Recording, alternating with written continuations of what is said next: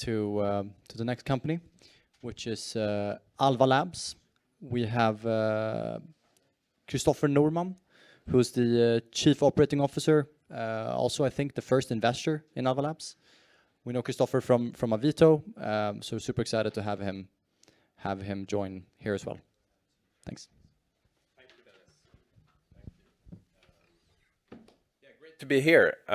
My name is Christopher Norman. As Dennis said, I'm COO of a company called Alva Labs. Could I start with asking you a question? How many in here have ever been a hiring manager and actually hired someone? Yeah, almost. Yeah, some people. And how many of you have actually failed when you ever failed with a hiring process and hired not the right candidate, or it has turned out to be an unsuccessful hire? Hands up. You are not alone, I can tell you, because this is the problem that we're attacking. Hiring is very, very hard. And what we do is that we provide a candidate assessment platform to large enterprises, mostly here in the Nordics. And we provide this as a software service, as a SaaS solution. Our company was founded 7 years ago, and after a desert walk the first couple of years, we found product market fit, and now we have been working towards our mission for 7 years basically, but it really took off like 4 years ago. And our mission is to build a fair and efficient job market for both candidates and companies.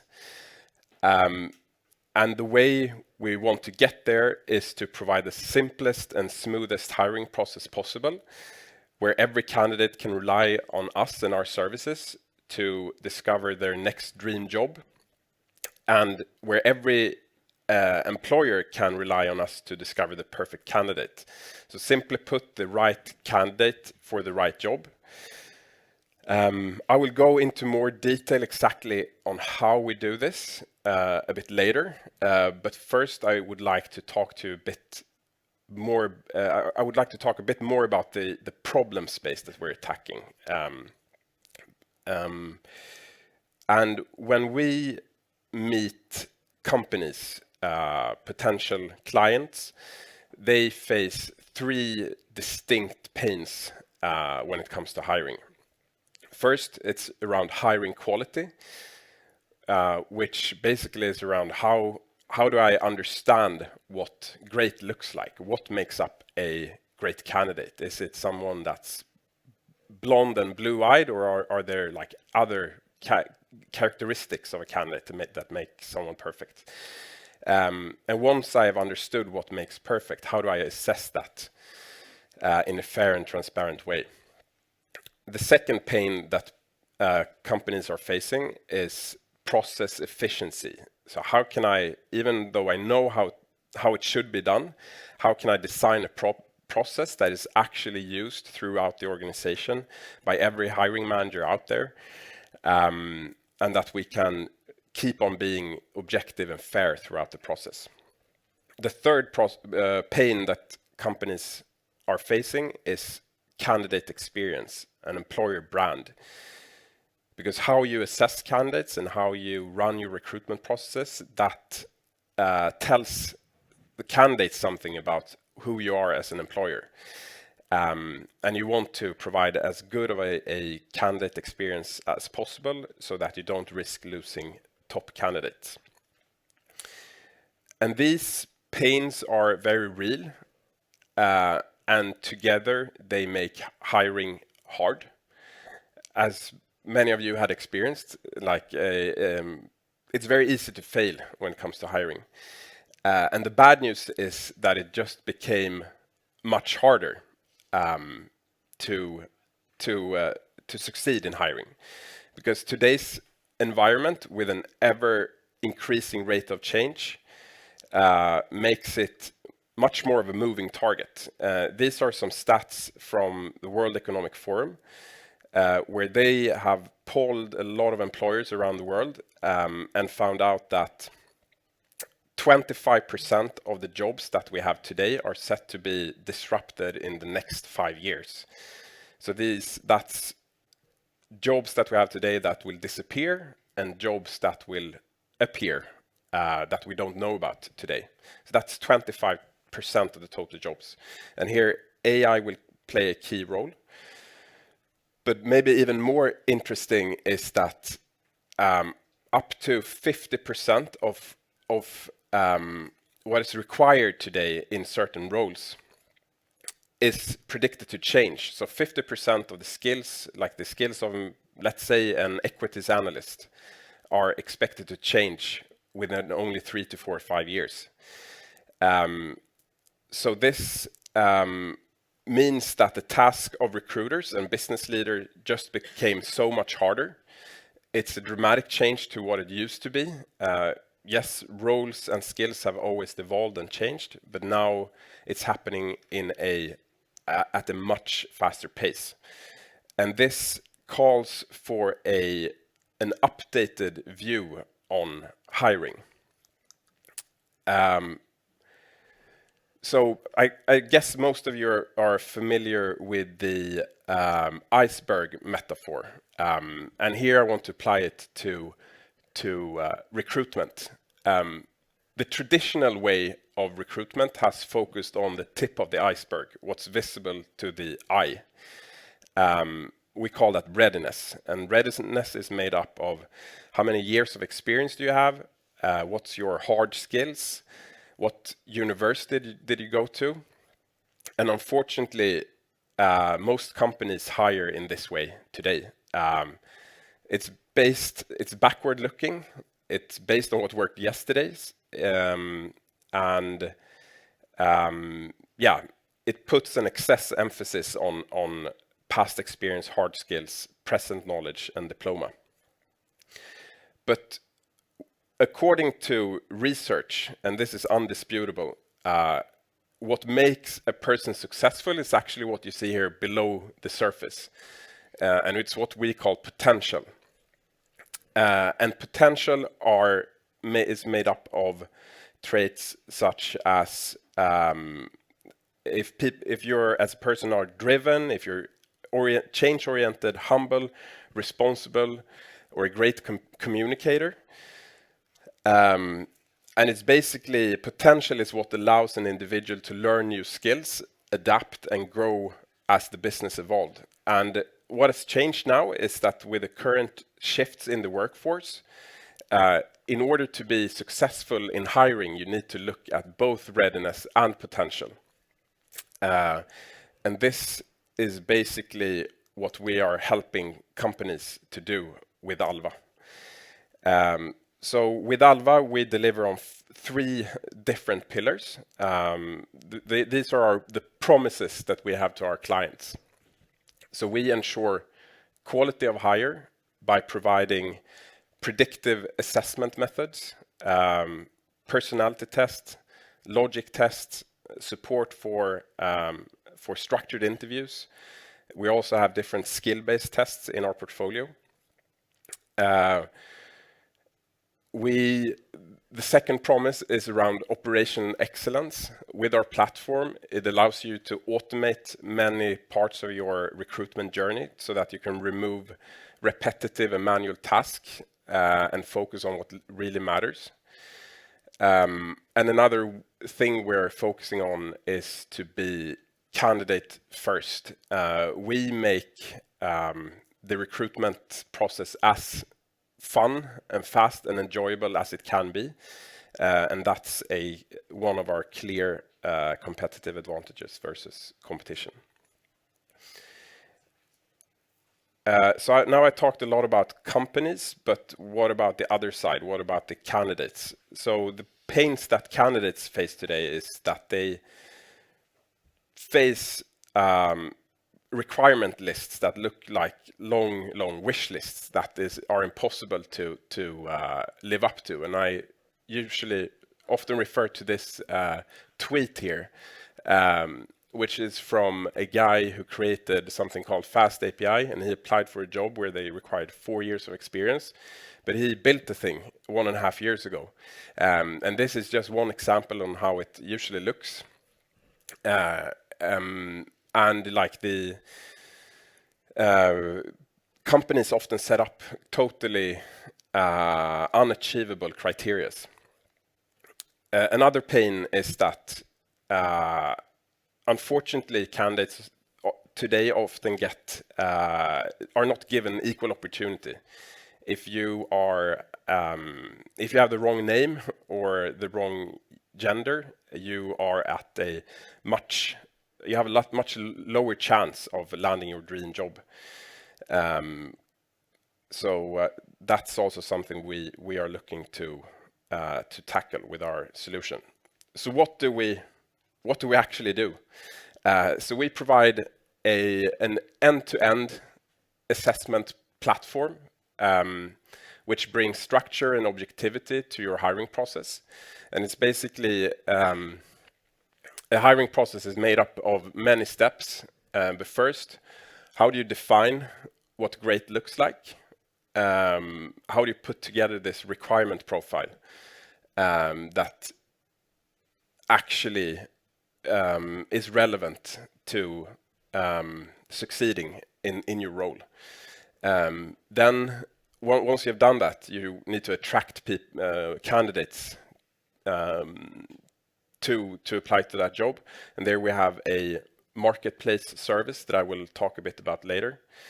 And once you have the candidates in your hiring pipe, we provide this suite of assessment solutions, both the methods required and the process support required to run a fair and objective assessment process. And then you can use our platform to combine all the input into a weighted role fit score and take a well-informed hiring decision. This is just a snapshot on how it could look. Basically what you do as a recruiter is that you create a job in your applicant tracking system often. Here is a list of different ATSs. Team Tailor is a very well-known player here in the Nordics. Greenhouse is one of the Lever and Greenhouse are two of the bigger ones internationally. We integrate very closely with those.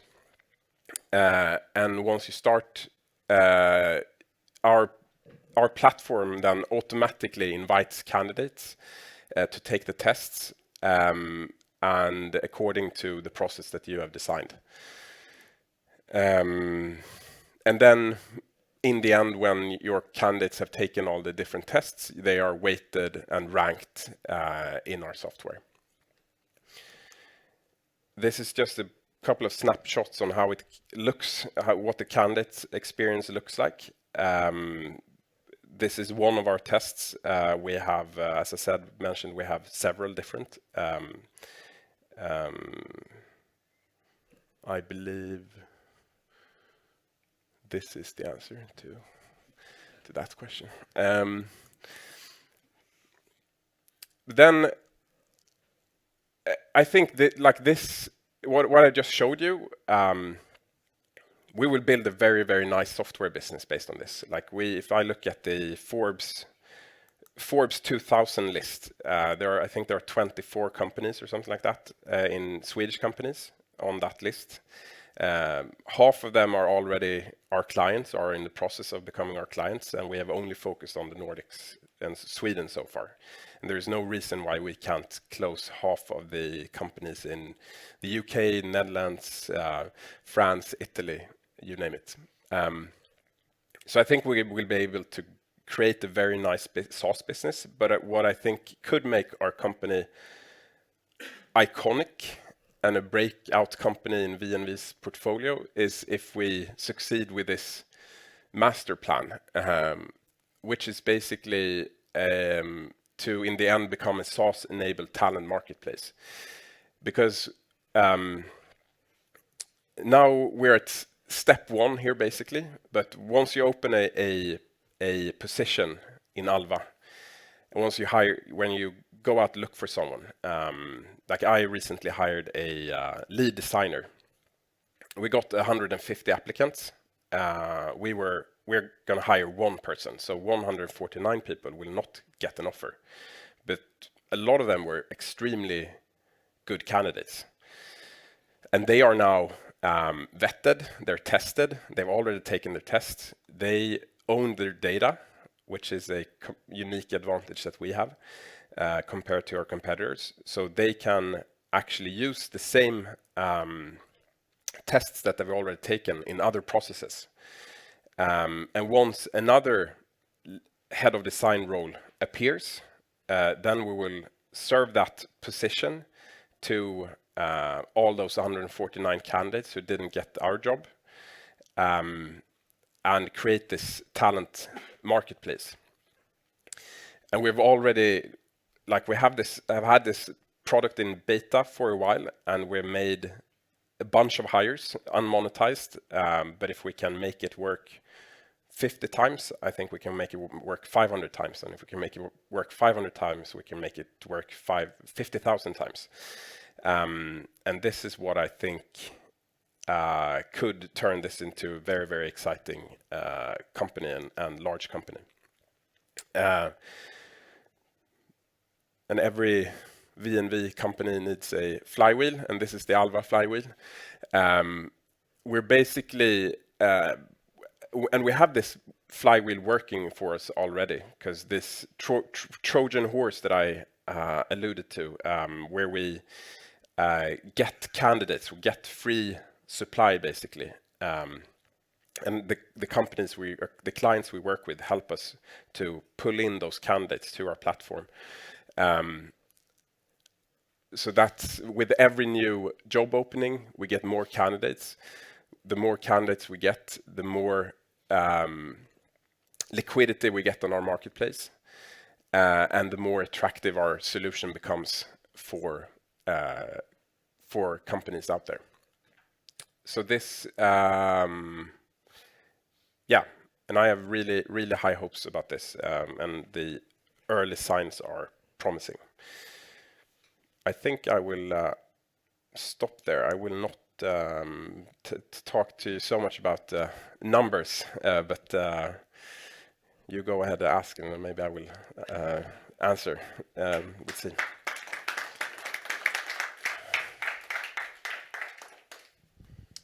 Thanks. Yeah, I'm only going to ask questions about numbers now, so hopefully you have something in store for me. Do it. No, but thanks, Christopher, very much. I'll start off on the same note I've started with most of the other companies here, which is, looking back over the past 2 years, I know you guys were in a hyper growth mode, but what's also been very interesting is you've done a big shift in your ideal customer profile over this time period. It would be great to get to know that process a bit better and your reflections and learnings from that period. So I think 2 years ago, or a bit more than 2 years ago, when money was still free, like all opportunities out there looked really attractive, and we fell for the temptation to do a lot of things at once. We were becoming a product-led company. We were doubling down on enterprise sales. We were expanding into the UK. We were building our marketplace. We did everything at once, and that was not a successful strategy, really. And what happened when we realized that the money that we raised in December 21 might be the last money that come into the company, we started to be much more focused and narrow in our what opportunities we went after. And I think that transition period was painful. Like means a lot of broken promises. Like someone was hired to build a team of 12 people, but then they got 3. Someone was laid off, and like we were closed down the UK office, for example. Stuff like that. It was really like painful transition. But now, once we're through and once we're on the other side, I think the benefits are great, and our engagement score internally is at like all-time high. People really want to work on a focused problem and not pull in many directions at once. So that's like yeah, it was painful to do a transition, but once you're through on the other side, it's actually it was a blessing in disguise, kind of. That's one reflection I've had. Thank you. And as I mentioned, so you did a pretty big shift in your ICP, so ideal customer profile. Could you walk us through what you went from and where you are now? Like who is your target today? Yeah, so back in 2001, we really, like our SaaS subscriptions to companies like Voi or Kry just flew out the door. Like they hired double the team every year. Yeah, you were there. And kind of they didn't have this bureaucratic procurement processes, so we could close the deal in 2 weeks. So those were happy days. But then they went from hiring to firing like crazy overnight, basically. And like the first thing you pull out is a recruitment software. Like we're kind of a derivative on the hiring need of a company. So that was a humbling experience. And what we did was to move from fast-growing young, fast-growing companies to really established enterprise players as our ICP. So that's what we've been focusing on for the last 2 years, basically. So really stable, large businesses with 1,000 employees or more who have a constant hiring need, like regardless of economic climate. And they also, we see it in our data, like the performance of that type of customer is so much better than any other customer. So that's what we're doubling down on. And hope, ideally, they should believe in like data-driven recruitment and also have like a centralized talent acquisition team in-house. So though if they tick those boxes, they're our ICP. I'll continue with some questions, but we have one from Jake in the audience there. Could you just talk about the revenue model? Like how do you charge? Is it based on the size of the employee base or the number of hires, or?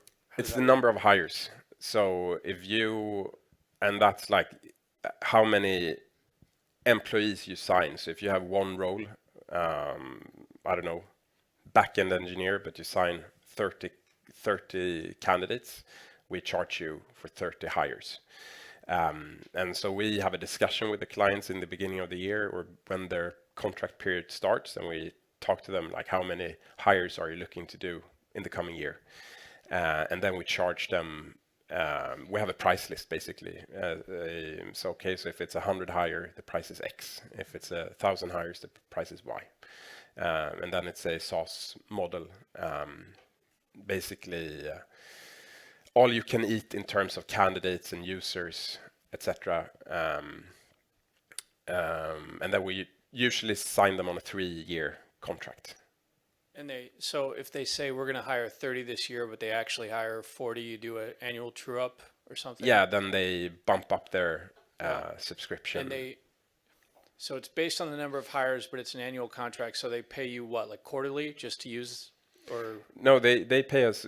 Sometimes some clients pay us quarterly, but most people pay us annually, upfront. And then if they estimate, I don't know, 800 hires, but then it turns out to be 900. Yeah, well, maybe then that spills over to next year's negotiations. We have a question from JJ.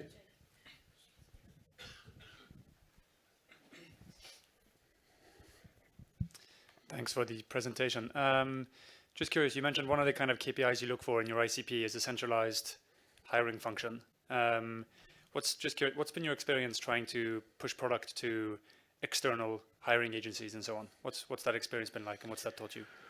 So a couple of our largest clients are actually recruiting firms. So even though they're not our ideal customer profile. If they want to buy our services, we will let them. But we don't design our product to suit their needs, or that's not our first priority. It might be our third priority, and we definitely don't want to do anything that discourages them from using our service. But they do use us as well, and they too like the candidate experience, the simplicity of the tool. Yeah. Quick follow-up to that. Are they replacing something? Presumably, they're replacing something existing when they're in-housing your software, or are you complementing the existing, or are you replacing the existing? No, so we did not invent this like testing, and this has been around for 70 years, which is, I think, which is very good because it also has a lot of evidence, like from research, and our product is built on that evidence. But what we did do some innovations in how we have designed the product, and like how we thought about like this thing with the candidate owning the test results, for example, and having something that's easy to interpret, like that type of things we have invented. To answer your question, like most companies have had an incumbent solution already, and we come and replace them and other tools as well, because we're oftentimes broader than what they have today. Like our head-to-head competitors don't have coding tests, for example. Thanks. Yeah, Keith. Hey, Christopher, how much feedback, what kind of feedback loop do you have on the candidates, and what of that do you provide to the employers? Because if you're doing the testing and they're getting placed, you obviously can then go back and leverage that for renewals and whatnot. Is that something that you're selling now, or is that part of the future? It's been part of the future for 7 years, so I hope that future comes soon. But it's basically the holy grail of hiring, because if you can close that feedback loop, like you have something truly unique. And we're looking at different ways to collect that data. We just did a major breakthrough in figuring out who got hired at all, because that data we haven't been able to collect before, but we just did a big breakthrough there. Then the next step is to understand how do they perform on the job. And of course you could build a product that like you ask hiring managers to go in and give feedback, but the problem is that will get very low rates of adoption. So we're looking for more robust and automated ways to collect that feedback. And there are some promising signs, and one day we will solve it, but we haven't done it yet. One thing that excites us at VNV obviously a lot is the potential of a marketplace that you talked about. I'm not sure if that was clear, but yeah, you were the chief operating officer of Avito. Given your background and experience from there, is there any pattern recognition from the Avito days that you see and that you can apply to Alva and the marketplace side of things? They're both marketplaces, but that's like where the similarities end, I would say. Not the answer I was hoping for. No, I know.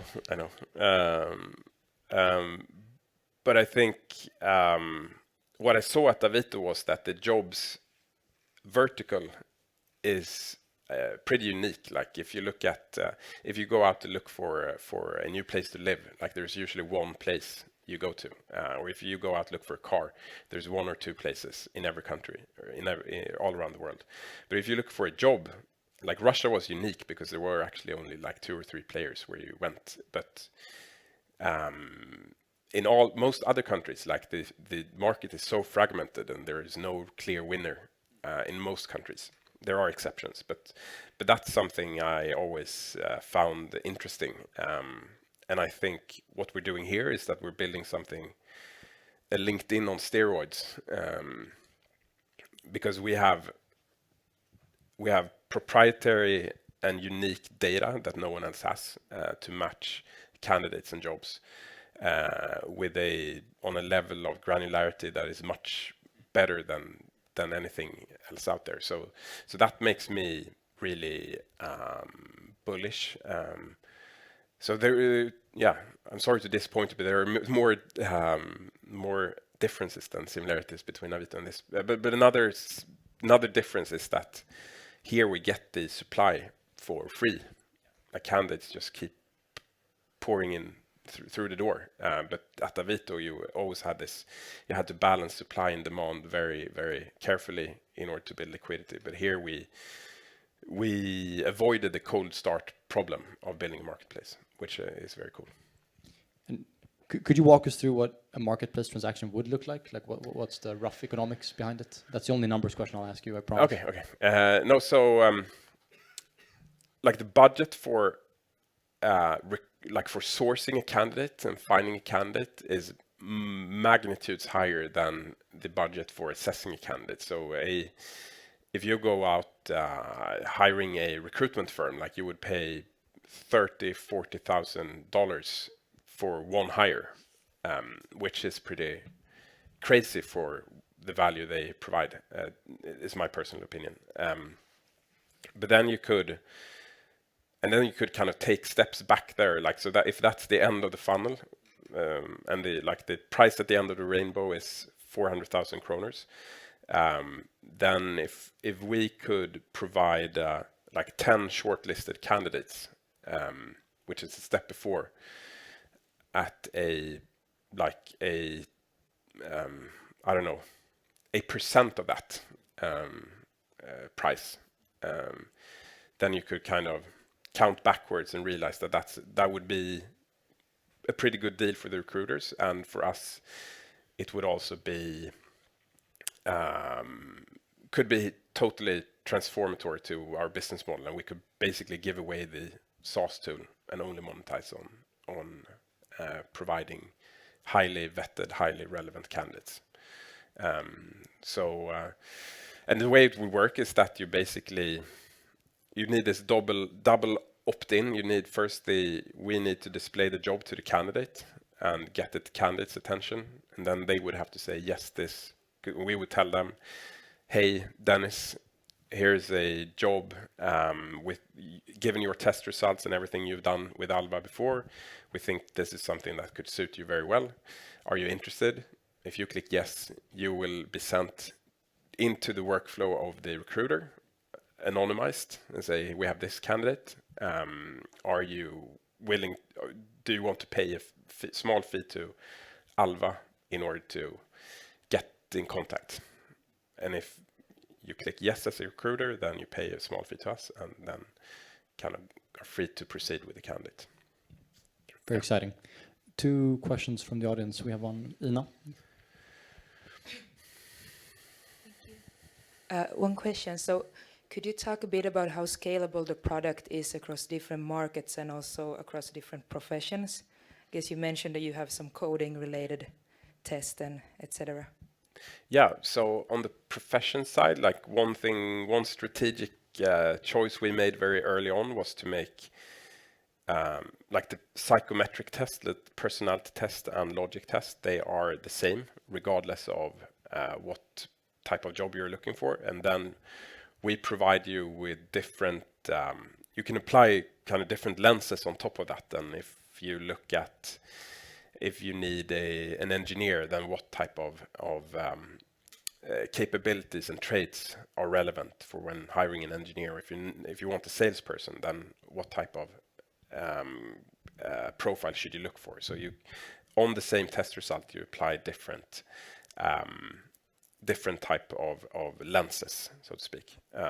So those tests are applicable across all types of roles. Then we have role-specific tests as well, such as the coding tests, and they are like probably relevant if you're looking for a sales job. Like it doesn't matter if you can code. Then depending on geographies, we have a number of clients. We have focused solely on the Nordics so far, and some in the UK. But what we see is that our clients bring the software abroad, but we also need to kind of have active sales efforts in new geographies in order for the penetration to go up, basically, or to sell. So yeah, it is scalable, but it requires a lot of hard work to sell it. I think a final question from JJ in the back.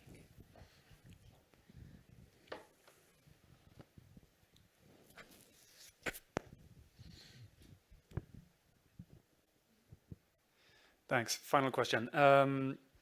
So you mentioned that 25% of the workforce is going to be displaced in some way, shape, or form over the next 5 years, give or take. No, that's what I said 25% of the jobs will be disrupted, and it's a bit vague, but it consists both of jobs that will disappear and Understand. new jobs that will appear. It's not net, it's positive and negative, yeah. Yeah. But 25, okay, but that number, 25%, and I mean, the way you address that seems very clear, but you also mentioned that there's like a 50% need for reskilling in some way, shape, or form. So my question, just on a very high level, is how you address the reskilling part of the problem today, or if that's a future endeavor, or how you think about that. Yeah, we're not actively like into that part yet, like the reskilling part, but we are urging companies to look for candidates with traits that will enable them to reskill and that are open to change, as an example. And if you as a candidate carry those traits and characteristics, you're more likely to succeed in a future where roles are changed and skills become obsolete in a much shorter time frame. Yeah. Thanks. Perfect. I think we'll end on that note. Thank you very much, Christopher. Thank you.